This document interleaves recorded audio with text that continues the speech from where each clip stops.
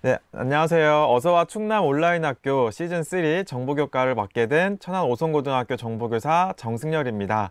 네, 반갑습니다. 오늘은 여러분과 함께한 세 번째 시간인데요. 오늘은 선택구조를 배우기 위해 조건문과 비교연산자를 배워보도록 하겠습니다. 자, 그러면 오늘 같이 배울 학습 목표를 살펴보겠습니다.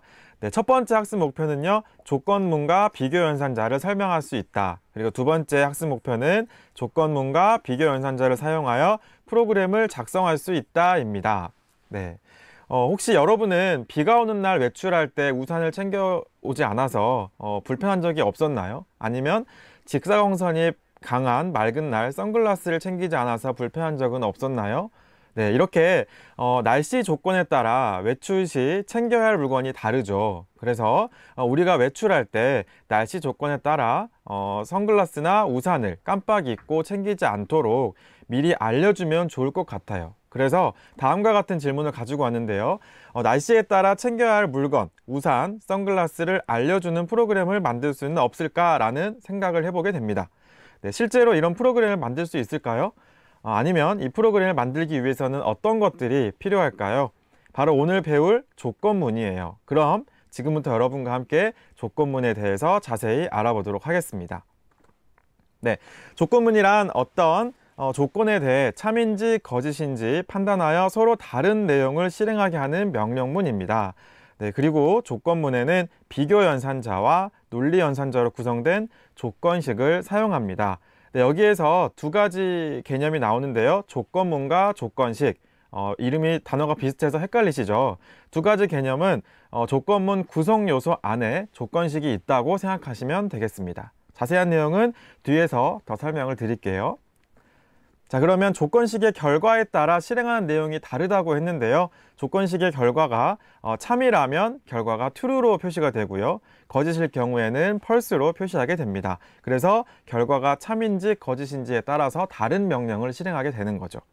조건문에는 if, 그리고 if else, if else if, 스위치 문 등이 있습니다. 이번 시간에는 대표적인 조건문인 if문과 if else문에 대해서 배워볼 거예요. 자, 제가 조건문 중에서 if문을 설명하기 위해서 두 가지 그림을 가지고 왔습니다. 왼쪽 그림에는 실제로 프로그래밍 코드 형식으로 표현을 해 두었고요. 오른쪽 그림은 순서대로 표현을 해 보았습니다. 그럼 먼저 오른쪽 그림을 살펴볼게요. 네, 조건문 if 명령어를 실행시키면 가장 먼저 보라색 마름모로 기호로 표현한 조건식을 만나게 됩니다.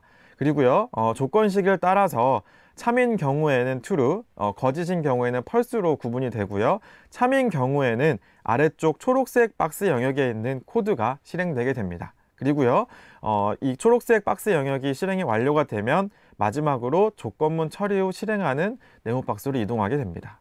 자, 그러면 반면에 거짓일 경우에는 초록색 영역의 코드가 실행되지 않고 곧바로 다음 명령이 실행되기 때문에 조건식의 결과에 따라 다른 명령이 실행되게 되는 거죠. 자, 그러면 조건식 참일 때와 거짓일 때 구분이 잘 되시나요? 제가 다음 상황에서 한 번 더 정리를 해드리겠습니다.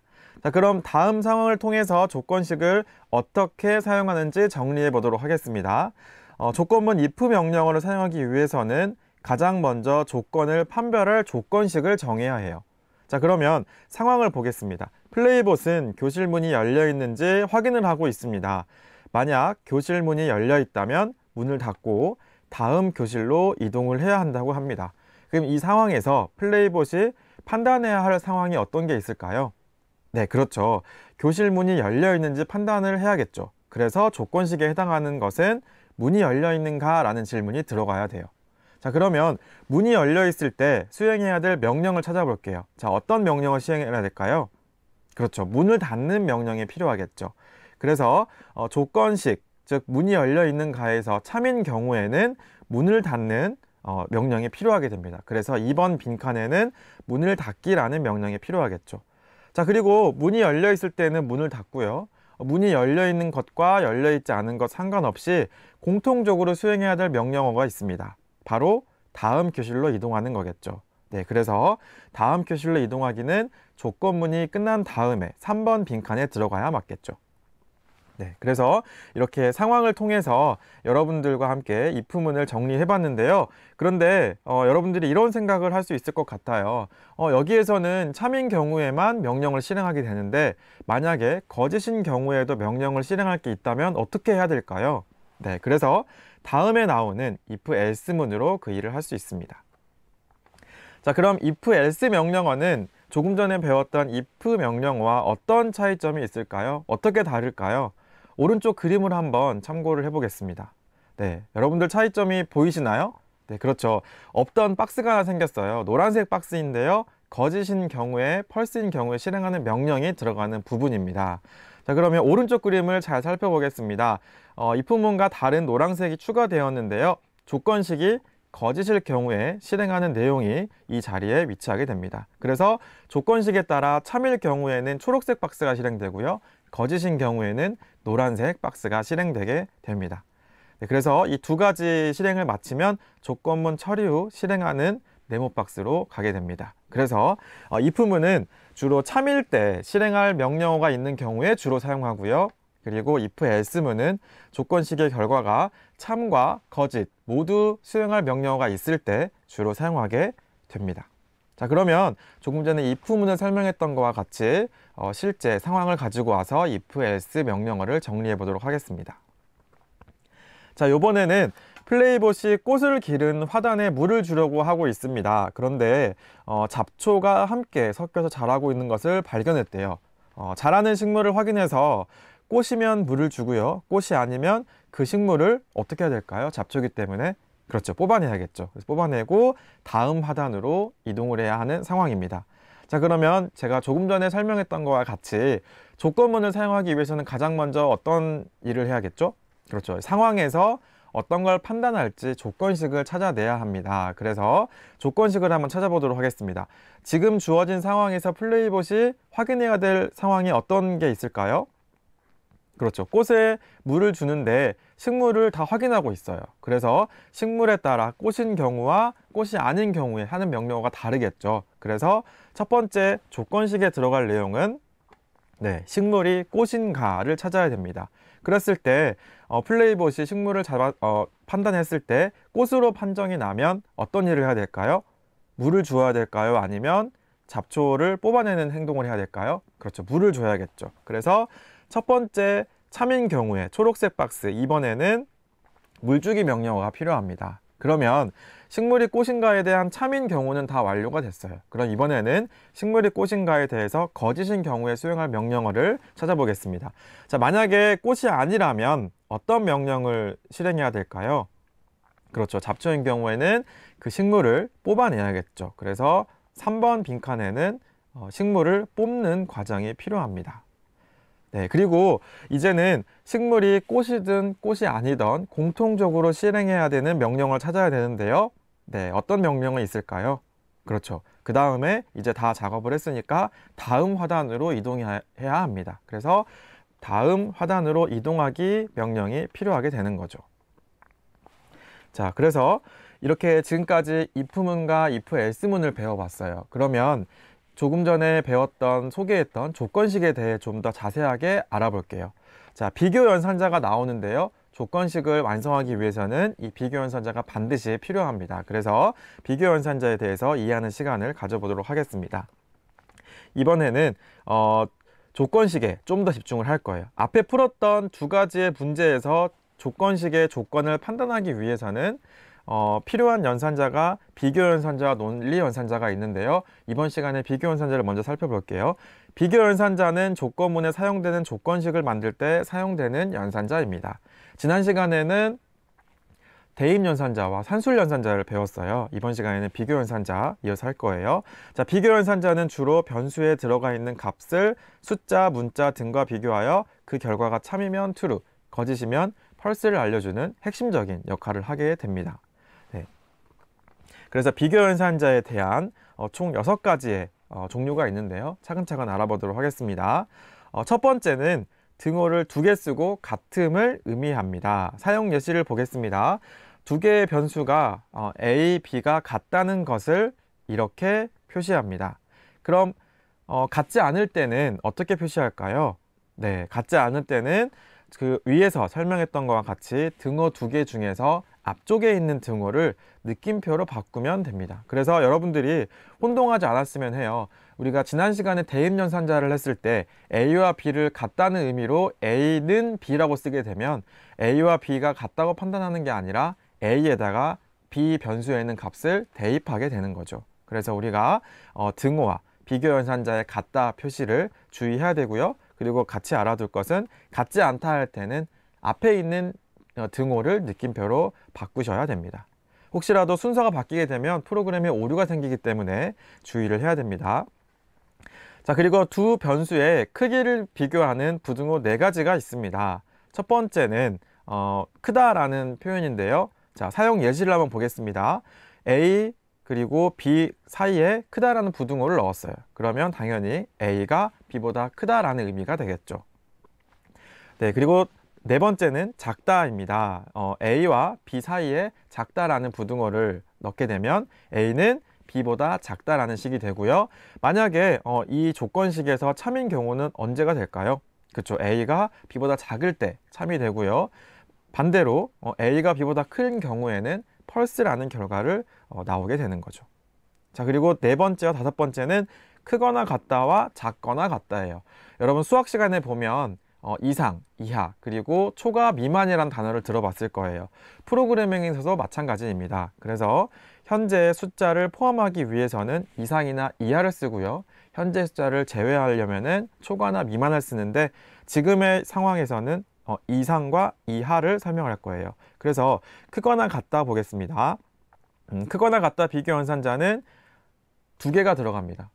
부호와 등호가 표시가 되는데요. 이때 항상 등호는 뒤에 오게 됩니다. 그래서 먼저 부호를 먼저 쓰고요. 등호를 쓰게 되면 A는 B보다 크거나 같다. 그리고 마지막에 작거나 같다는 부호와 등호를 연속으로 써서 A는 B보다 작거나 같다를 표현할 수 있습니다. 네, 지금까지 배웠던 내용을 과제를 통해서 정리해 보도록 하겠습니다.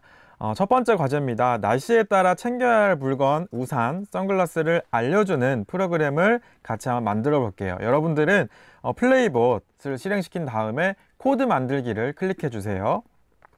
자, 코드를 만들기 화면에서 왼쪽에 있는 코드 영역에다가 선생님과 함께하는 프로그램을 작성을 해 봅시다. 자, 프로그램을 작성하기 위해서는 가장 먼저 첫 번째 뭐를 해야 됐죠? 그렇죠. 어떤 데이터를 저장하기 위한 변수를 만들어야 됩니다. 그래서 먼저 날씨를 저장할 변수를 선언을 하고요. 변수 이름은 날씨라고 하겠습니다. 그리고 변수 이름에 날씨라는 변수 이름에 어떤 데이터를 넣을까요? 현재의 날씨, 맑음이라는 데이터를 입력해 보도록 하겠습니다. 자, 그리고 총 if문을 두 개를 사용할 건데요. 자, 첫 번째 if문부터 같이 한번 보도록 하겠습니다. if문을 사용하기 위해서 가장 먼저 해야 될 일이 뭐였어요? 그렇죠. 조건식을 먼저 설정을 하는 게 첫 번째 할 일이에요. 그러면 if문에서 조건식은 어떤 식이 들어가야 될까요? 힌트를 드리자면 조건식을 만족했을 때 시행하는 명령을 한번 보겠습니다. 자, 프린트 선글라스를 챙겨주세요 라는 명령이 있네요. 자, 그러면 위에서 판단해야 될 날씨는 어떤 거랑 관련이 있을까요? 그렇죠. 맑은 날씨에 관련이 있기 때문에 첫 번째 조건식은 날씨와 맑음이 같은지를 판단하는 조건식이 필요하게 됩니다. 우리가 조금 전에 살펴본 것처럼 비교연산자에서 두 대상이 서로 같음을 의미하는 비교연산자는 등호를 두 개로 표시하게 했습니다. 여러분들이 혹시 날씨는 맑음이라고 하지 않게 주의를 해주셔야 됩니다. 그리고 맑음 글자 앞 뒤에는 따옴표가 붙는데요. 이렇게 텍스트를 입력할 때는 작은 따옴표 혹은 큰 따옴표 두 개 다 상관이 없습니다. 선생님은 일관성을 위해서 작은 따옴표로 사용을 하고 있습니다. 네, 그렇게 해서 첫 번째 조건 if문을 완성을 했고요. 두 번째 if문을 살펴보도록 하겠습니다.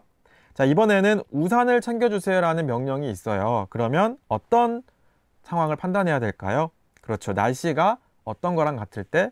그렇죠. 날씨가 비와 같을 때를 판단을 해야겠죠. 그래서 날씨가 비와 같은 경우에 이 조건식이 참인 경우에는 프린트, 우산을 챙겨주세요 라는 명령이 실행되게 됩니다. 그러면 실제로 여러분들과 함께 플레이봇 화면을 보도록 하겠습니다.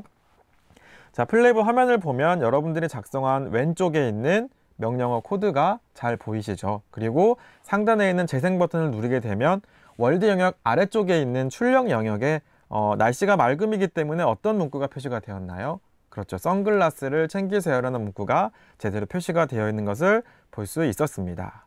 자, 그러면 이번에는 다른 문제를 또 풀어볼게요. 이번에는 두 번째 과제입니다. 식물, 꽃, 잡초에 따라 다른 명령을 수행하는 프로그램을 만들어 볼 거예요. 자, 이번에 선생님이 빈칸을 더 많이 해놨는데요. if문을 총 2개를 사용할 겁니다. 첫 번째 우리가 해야 될 일이 어떤 거였죠?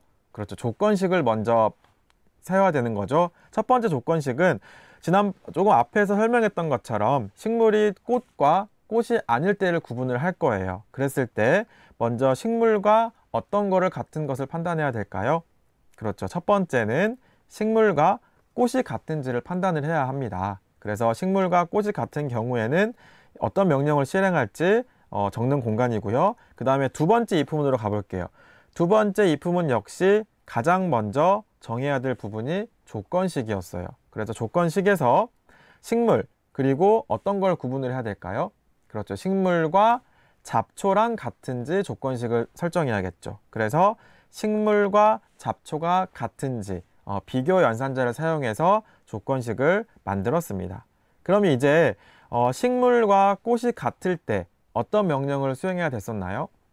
그렇죠. 만약에 꽃이라면 꽃에 어떤 걸 해야 될까요? 그렇죠. 꽃에 물을 줘야겠죠. 그래서 프린트 물주기라는 명령을 실행하게 됩니다. 그러면 출력 영역에 물을 주라는 안내 문구가 표시가 되겠죠.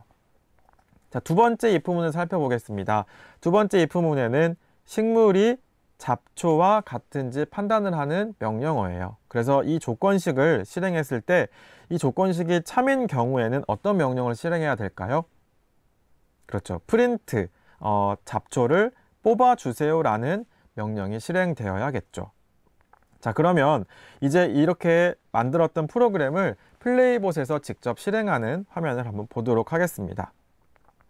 자, 여러분께 이제 플레이봇 화면을 보여드리고 있어요. 그러면 왼쪽에 있는 코드 영역과 오른쪽 아래, 월드 아래에 있는 출력 영역을 한번 살펴봐 주세요. 식물이라는 변수에 꽃이라는 데이터가 제대로 들어가 있죠. 그리고 첫 번째 if문에서는 식물이라는 변수와 그리고 꽃이라는 글자가 서로 같음을 의미하는 조건식이 나와 있어요. 그래서 이 조건식에 따라 참인 경우에는 중괄호 속에 있는 프린트 물주기라는 명령이 출력되게 되고요. 그 다음에 만약에 꽃이 아닌 경우에는 첫 번째 if문에서는 실행되는 명령어가 있을까요? 네, 없겠죠. 그리고 곧바로 두 번째 if문으로 넘어가게 됩니다.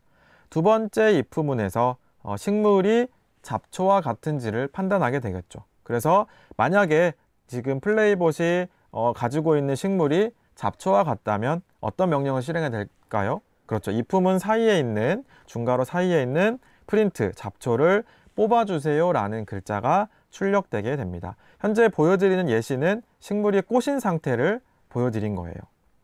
자, 그러면 이렇게 if문을 2개를 사용해서 이 프로그램을 만들 수도 있지만 if else문을 사용해서도 같은 프로그램을 만들 수가 있어요.